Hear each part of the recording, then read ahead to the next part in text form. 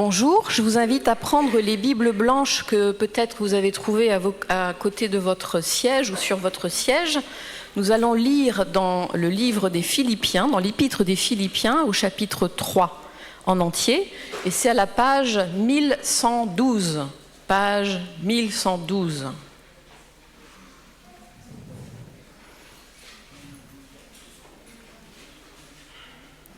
Philippiens 3, page 1112.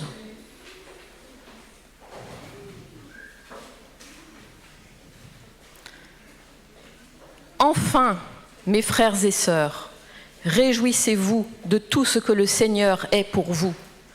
Il ne m'en coûte pas de me répéter en vous écrivant, et pour vous, cela ne peut que contribuer à votre sécurité. Prenez garde aux mauvais ouvriers, à ces hommes ignobles qui vous poussent à mutiler votre corps.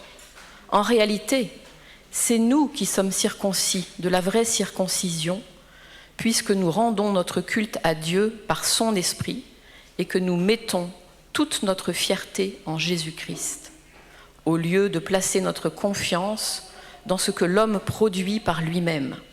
Et pourtant, je pourrais, moi aussi, placer ma confiance dans ce qui vient de l'homme. Si quelqu'un croit pouvoir se confier en ce qui vient de l'homme, je le puis bien davantage.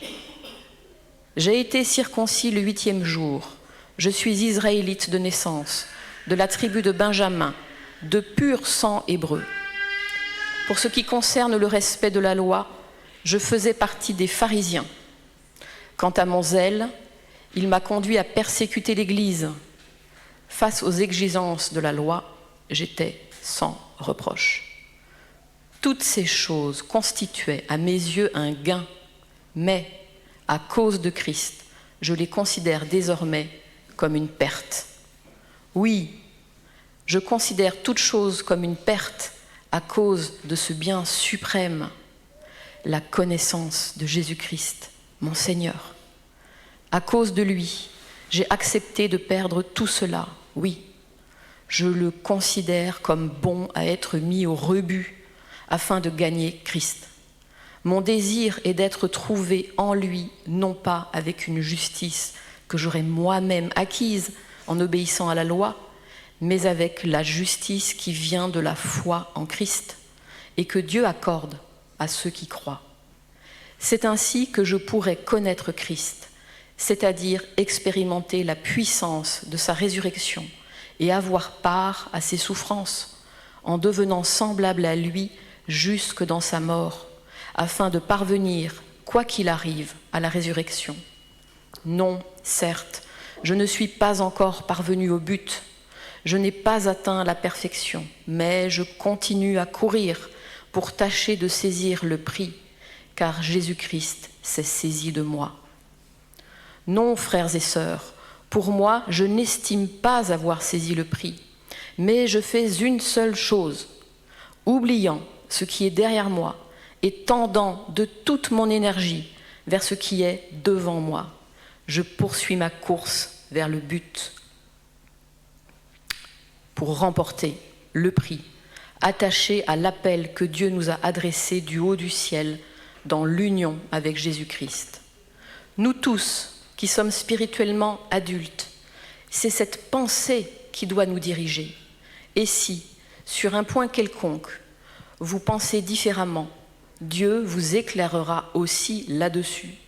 Seulement, au point où nous sommes parvenus, continuons à marcher ensemble dans la même direction.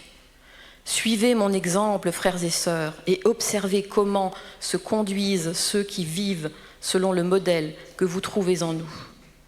Car il en est beaucoup qui vivent en ennemis de la croix de Christ. Je vous en ai souvent parlé, je vous le dis une fois de plus, en pleurant. Ils finiront par se perdre. Ils ont pour Dieu leur ventre. Ils mettent leur fierté dans ce qui fait leur honte. Leurs pensées sont toutes dirigées vers les choses de ce monde. Quant à nous, nous sommes citoyens des cieux. De là, nous attendons ardemment la venue du Seigneur Jésus-Christ pour nous sauver. car il transformera notre corps misérable pour le rendre conforme à son corps glorieux par la puissance qui lui permet aussi de tout soumettre à son autorité. Merci beaucoup Cécilia. Alors aujourd'hui, on n'est pas là par hasard. Dans ce texte, on continue depuis plusieurs semaines à parcourir cette lettre de Paul à l'église de Philippe. Et on a vu au chapitre 1 qu'est-ce qui était l'essentiel. On a vu ce grand et magnifique plan que le Seigneur avait en vue. On a vu au chapitre 2 quel était le problème dans les relations et qu'est-ce qui allait permettre de justement vivre des relations apaisées, considérer les uns plus importants que nous. Et on a vu l'exemple du Christ à ce sujet. Et ce matin, on va se poser une autre question. Une question, c'est la suivante. C'est comment, et c'est le texte qui nous le pose, comment pouvons-nous être en règle? Comment pouvons-nous, si on regarde les termes, sans doute l'un des versets clés de ce texte, le verset 9 en particulier, « Mon désir est d'être trouvé en lui, non pas avec une justice que j'aurais moi-même acquise en obéissant à la loi, mais avec la justice qui vient de la foi en Christ, et que Dieu accorde à ceux qui croient. » Aujourd'hui, on va parler de ce que c'est que la justice que Dieu accorde. Là, si on utilise le terme théologique, la justification. Et en gros, c'est soit la mienne, la justice qui vient de moi, soit celle qui m'est donnée par Dieu.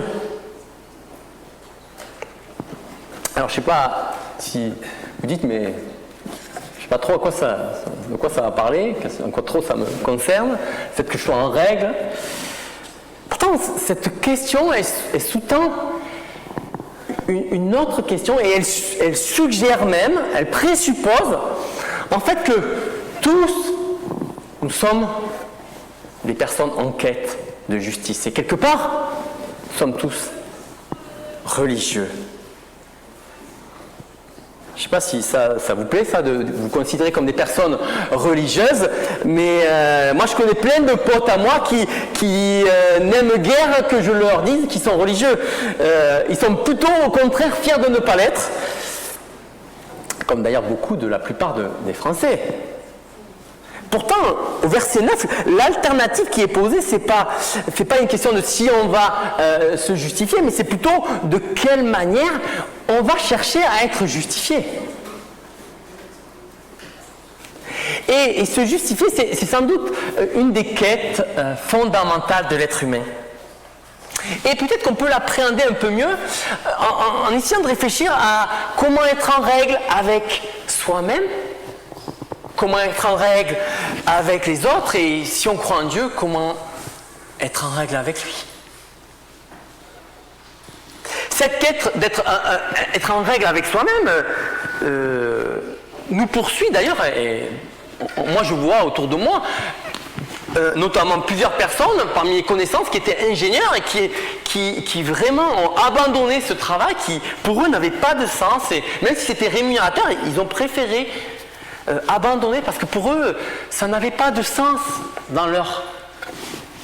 Voilà, ils ne se sentaient pas en règle avec eux-mêmes.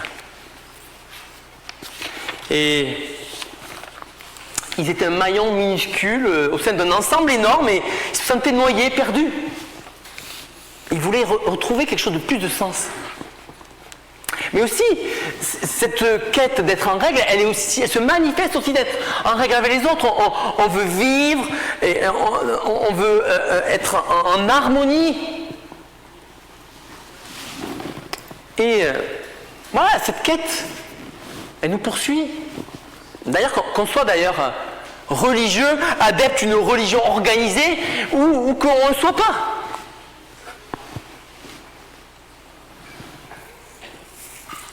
Et on peut illustrer par en fait, cette question, en fait, c'est notre aspiration à être quelque part quelqu'un de bien. Alors, si je vous dis, est-ce que vous êtes quelqu'un de bien? Vous allez tous me dire, bah oui. Qui dirait qu'il n'est pas quelqu'un de bien? Ah, peut-être quelques-uns, mais... Mais la question, elle se complexifie si on commence à devoir prendre une échelle et nous classer sur cette échelle. Si on définit le 1 comme la dépravation la plus totale, au 10, la perfection immaculée. Alors on veut tous se mettre une bonne note, mais on doit quand même réfléchir un peu. Et on a tous en tête la perfection et en fait le petit écart entre ce qu'on aimerait être et ce qu'on est réellement. Et la justification, le fait d'être en règle, c'est justement la gestion de ce petit écart. Pourquoi un 5, pourquoi un 8, pourquoi un 9, pourquoi un 7? Et vous savez qu'est-ce qu'on fait quand on cherche à se positionner sur l'échelle? Cette perfection, de cette quête de justice? Eh bien on déploie ce qu'on fait. J'ai un ami qui dit, on sort notre CV moral, qu'on soit d'ailleurs chrétien ou pas. On cherche à sortir ce qu'on fait, le CV moral. Ah, je fais du bénévolat de temps en temps, j'aide les pauvres. Ah, je respecte les minorités, je vais aller à la marche là, où j'y suis déjà allé, là, la marche des fiertés. Ah, j'essaie quand même d'avoir de l'empathie avec ceux qui souffrent. J'essaie d'être généreux et d'offrir mon aide quand je peux. Ouais, la tolérance pour moi c'est fondamental. Bon, j'avoue qu'il y a quand même déjà insupportable, mais j'essaie quand même d'être tolérant. Ah, j'assume globalement mes responsabilités de parents, d'amis. Ah, c'est pas toujours facile, hein. Ah, je milite tant bien que mal pour l'environnement. C'est vrai que ça va être compliqué de vivre dans quelques années. Ouais. J'ai fait vraiment tout pour avoir l'esprit ouvert. Hein. Bon, c'est vrai qu'avec certains religieux bornés, c'est pas facile, mais... Voilà, j'essaye d'être un manager, si je suis manager, inspirant. J'essaye d'être un salarié qui me donne à fond. Au fond, voilà, on essaye tous d'être cette bonne personne. Et le problème, c'est que, vous voyez, les verbes que j'ai employés, on essaie tant bien que mal, et on doit constater que, malheureusement, depuis le départ, depuis Adam et Ève, depuis le début de l'histoire de l'humanité, on essaye de combler de ce manque. Et on va voir que Paul va nous montrer qu'en cela, cette volonté qu'on a de nous-mêmes à travers ce CV qu'on veut déployer, en fait c'est un piège. Il va nous montrer comment c'est un piège et il va nous montrer de quelle manière on va pouvoir s'en défaire. Et d'ailleurs, Paul, dans notre lettre, on voit qu'il est déjà un peu en colère. Verset 2, regardez. « Prenez garde aux mauvais ouvriers, à ces hommes ignobles qui poussent à mutiler votre corps. » Paul, il était déjà en colère à l'époque envers ces pourvoyeurs de la religion de son époque, la religion juive. Et pour ces chrétiens d'arrière-plan juif, ils avaient du mal à se défaire de tous ces marqueurs identitaires, le fait de faire partie du peuple de Dieu, d'être circoncis dans leur chair. Ils avaient un petit bout qui leur était coupé et ils étaient fiers de ça. Et ils étaient aussi fiers de leur loi, verset 9, on voit, de toute la loi de l'Ancien Testament. Et pour eux, c'était des points forts qu'ils avaient. Voilà. Et ils aspiraient que tous les chrétiens puissent avoir ces points forts. Mais ça les rassurait. Ça rassurait d'être ces personnes, ces bonnes personnes. Et je ne sais pas vous, si vous êtes un habitué des lieux, ici, est-ce qu'il y a des choses qui vous rassurent? Le fait d'être un enfant dans une famille chrétienne, ou peut-être même le fils d'un pasteur, ou le fait que vous venez régulièrement à l'église. Je ne sais pas si ça vous rassure d'avoir été baptisé il y a très très longtemps, de prier de temps en temps, ou d'avoir des enfants qui connaissent Dieu. Je ne sais pas si ça vous fait du bien de le savoir, de vous le redire régulièrement, quand vous êtes un peu dans le down. Je ne sais pas quels sont vos marqueurs qui vous font sentir comme une personne respectable, comme un bon chrétien, qui font que vous êtes une bonne personne. Alors je ne sais pas si vous n'êtes pas un habitué, peut-être que ce qui vous donne de vous sentir bien, c'est d'être une personne qui aime son travail, qui veut le faire au mieux, qui veut être un bon ami, qui veut prendre soin de ses enfants, qui veut accueillir. Le problème, les amis, avec ces marqueurs identitaires, que ce soit de la religion organisée, qui est le christianisme, ou d'une religion non organisée, que nous avons tous, c'est qu'ils sont un piège. Pourquoi ils sont un piège? Regardez, Paul, il fait son CV. Il fait son CV moral des versets 4 à 6. Et regardez, je pourrais moi-même placer ma confiance dans ce qui venait de l'homme. Si quelqu'un croit pouvoir se confier en ce qui vient de l'homme, moi je le puis par-dessus tout. J'ai été circoncis 8e jour, je suis israélite de naissance, tribu de Benjamin, pur sang d'hébreu. Pour ce qui concerne le respect de l'honneur, je faisais partie des pharisiens. C'était le parti de ceux qui étaient le plus à fond. Quant à mon zèle, j'étais même à persécuter l'église, et face aux exigences de la loi, j'étais sans reproche. Voilà, ça me rassurait quand j'étais, et puis pour les juifs, là, ces chrétiens d'arrière-plan juif, là, Paul, il envoie du lourd, c'est au top, là. On n'aurait pas pu faire mieux en termes de prérogatives identitaires au plan juif. Mais un jour, pour lui, c'est quelque part le tremblement de terre, c'est le séisme, verset 7, toutes ces choses constituaient à mes yeux une fierté, on pourrait dire un gain, voilà, mais à cause de Christ, je les considère désormais comme une perte. Pour ce gars Paul, qui semble avoir tous les marqueurs de la réussite pour le juif de l'époque, il découvre le gros problème, verset 8, c'est que je considère toute chose comme une perte à cause de ce bien suprême, à la connaissance de Jésus-Christ mon Seigneur. À cause de lui, j'ai accepté de perdre tout cela. Oui, je le considère comme bon à être mis au rebut afin de gagner Christ. Alors, ce qu'il pensait être pour lui des choses qui pouvaient le rassurer, en fait, ne l'étaient pas. À cause de la connaissance de Jésus-Christ. Et maintenant, il considère que ces marqueurs, non seulement, c'est pas une force, mais au contraire, ça n'a aucune valeur. C'est littéralement, ça vaut rien. C'est même un terme, c'est une crotte. Ça vaut rien. Et pourquoi pour lui c'est un problème? Pourquoi ça vaut rien?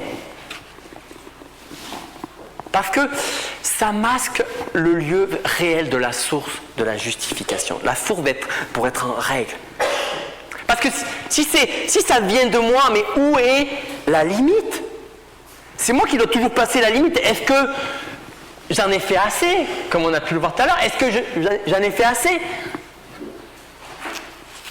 Et alors, quand vous savez, quand on se pose la question si on en a fait assez, la plupart du temps, on se met à regarder les autres et puis on se dit « Ah oui, quand même, je suis un peu mieux quand même.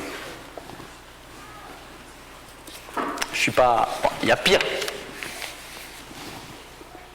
Et alors, si vous êtes au top, vous n'êtes pas trop rassuré non plus parce que vous imaginez que vous allez risquer de descendre.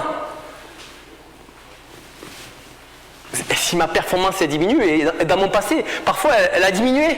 Donc est-ce que là je suis au top, est-ce que je vais rebaisser? Et est-ce que sur mon lit de mort, et j'y pense particulièrement actuellement dans ma belle famille, j'ai perdu une personne chère, jeune, est-ce que le doute l'emportera pas, toujours? Est-ce que j'ai été assez? Est-ce que j'ai fait assez? Et au fond, c'est la terreur de la religion. Est-ce qu'il y a le doute qui subsiste encore? Est-ce que j'en ai fait assez? Et tous ont dit, j'espère, mais je ne sais pas. Et fait la terrible désillusion. Vincent Cassel, voilà, une personne bien connue,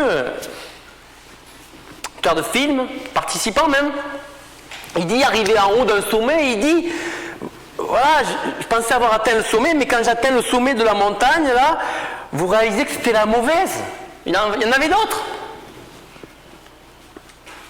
J'ai même un ami qui a rapporté les propos de ce célèbre joueur français qui a gagné Roland Garros. Qui a gagné Roland Garros? Le Français qui a gagné Roland Garros. Yannick Noah, c'était là à l'époque de ma naissance.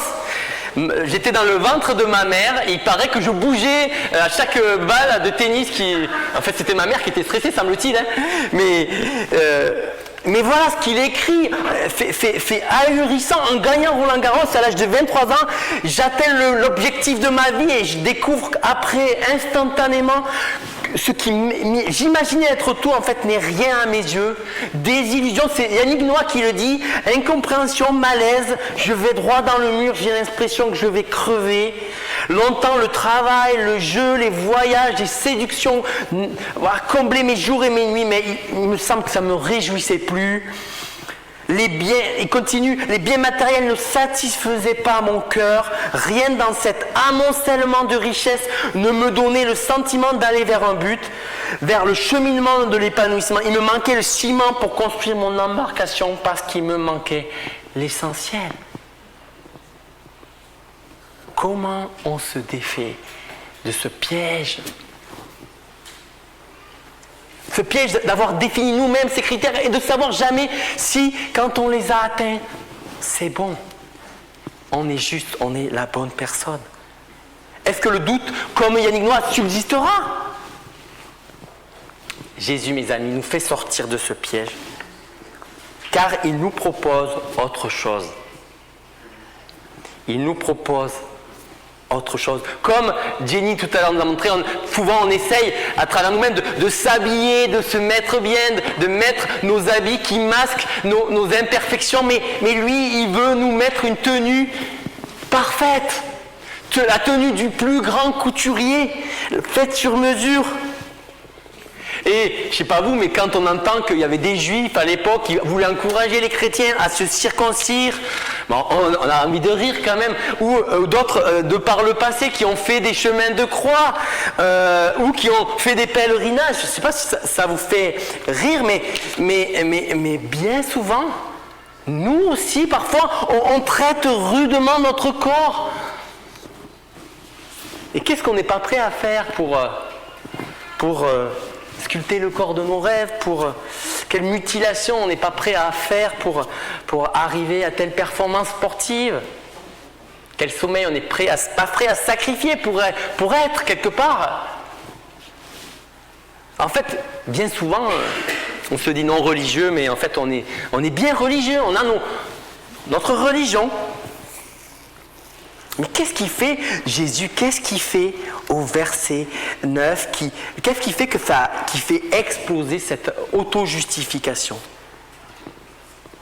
Il expose notre tentative comme du bricolage, le fait de se justifier, et il nous fait exploser. Et comment il le fait?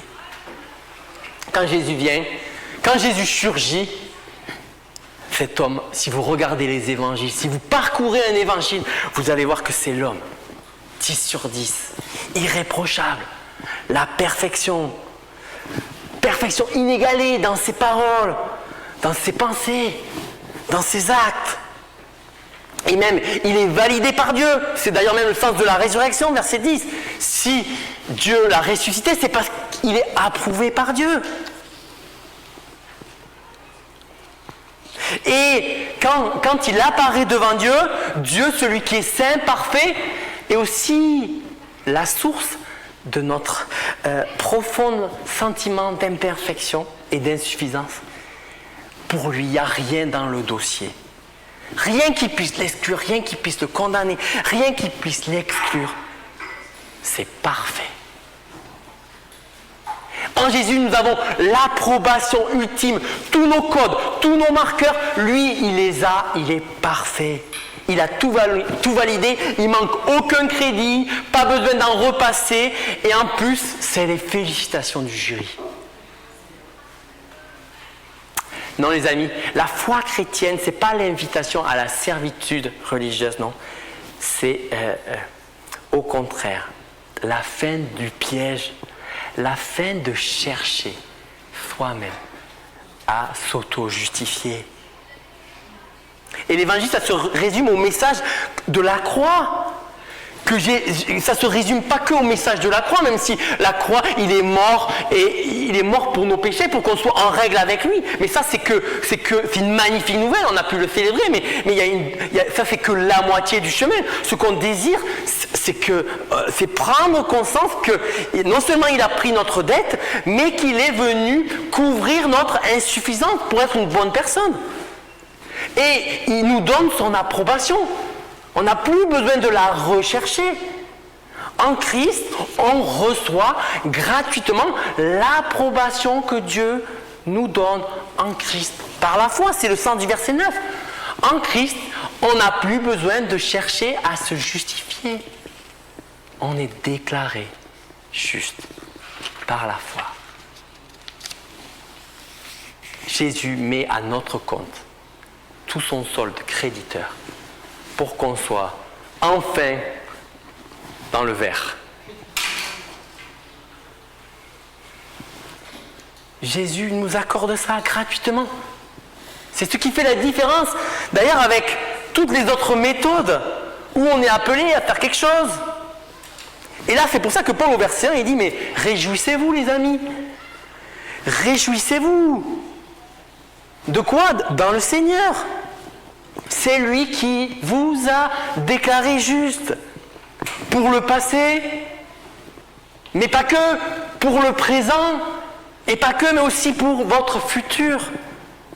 Et vous pouvez avoir une joie certaine d'être approuvé par lui. Et là, ça doit transformer totalement votre perspective. Vous êtes approuvé. Et là, ça doit vous transformer. Et je ne sais pas si votre sentiment, c'est de dire, ah oui, mais Samuel, si c'est facile, si j'ai rien à faire, si j'ai juste à recevoir par la foi. D'ailleurs, la foi, objectivement, c'est croire. Mais bon, comment je fais ? Je prie, je demande au Seigneur, qu'est-ce que je fais ? C'est un peu simple, juste ça, obtenir la justice qui vient de la foi, placer ma confiance, recevoir ça, confesser mes péchés. Mais est-ce que c'est pas un peu trop simple ?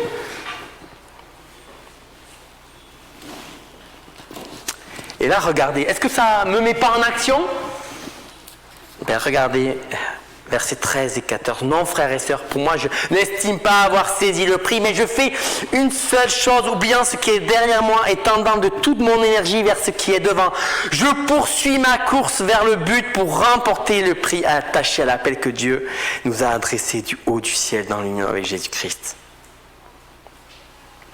Il se met à courir. La foi chrétienne est ce cadeau de la grâce, c'est-à-dire ce cadeau immérité de recevoir, d'être déclaré juste. Ça ne nous pousse pas à la passivité, mes amis. Non, ça nous pousse à courir. Alors, Paul, au début, vous voyez qu'il courait aussi d'une certaine manière. Vous voyez, il courait en tant que... Voilà, avec ses œuvres de justice. Il voulait courir aussi, mais on voit que la motivation n'est plus la même. Il cherchait à être approuvé, il est approuvé et il court parce qu'il est approuvé. Il ne recherche plus quelque chose, mais il se réjouit. Vous voyez la différence ? C'est un peu comme moi. Il y a quelques années, avec un de mes amis, je revenais d'un voyage en Côte d'Ivoire, là où j'avais d'ailleurs attrapé un peu mal. Et donc j'avais prévu de longue date une course avec un de mes amis, un trail de 24 km. Et bon, j'étais vraiment pas en forme. Hein. L'entraînement, moi, j'étais vraiment. Je vous dis pas mon temps, c'était très mauvais. Et j'étais pas très en forme. Et donc je pars avec mon ami et en fait le circuit il fait 2 boucles pour que puisqu'il y a dans ce trail, il y en a qui font le 12 km, il y en a qui font le 24. En plus c'était 23, mais dans les faits c'était 24. Et donc vous arrêtez au 12 et là il y a ceux qui s'arrêtent et vous qui êtes engagés pour le 24, vous êtes censé continuer. Mon ami s'inquiétait un peu vu le temps à laquelle on allait au démarrage. Et quand j'arrive au 11e kilomètre, là où on est au stand pour s'approvisionner,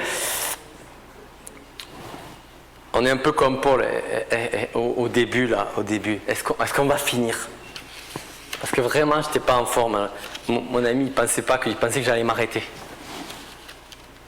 Est-ce qu'on va s'arrêter là? J'ai quand même continué. C'était dur. C'était ma plus longue distance à l'époque. Bon, vous allez me dire, vous avez peut-être fait le marathon, mais moi, j'ai fait que ça.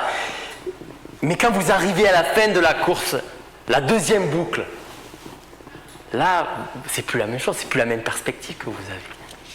Vous savez que la ligne d'arrivée est proche et vous allez vous réjouir. Et d'ailleurs, c'est exactement ce que Paul vit dans cette nouvelle perspective de se savoir déclarer juste. Regardez ce qu'il écrit à la fin, il dit, voilà. Quant à nous, nous sommes citoyens des cieux, de là nous attendons ardemment la venue de notre Seigneur Jésus-Christ pour nous sauver, car il transformera nos corps misérables pour le rendre conforme à son corps glorieux par la puissance qui lui permet aussi de tout soumettre à son autorité. Paul, il termine la course avec une profonde joie. Et moi aussi, j'ai terminé la course avec une profonde joie. Si même, par contre, au 11e kilomètre, je vous dis que repartir, c'était difficile. Mais vous comprenez la différence? La différence fondamentale quand on court parce qu'on est déclaré juste, parce qu'on est approuvé.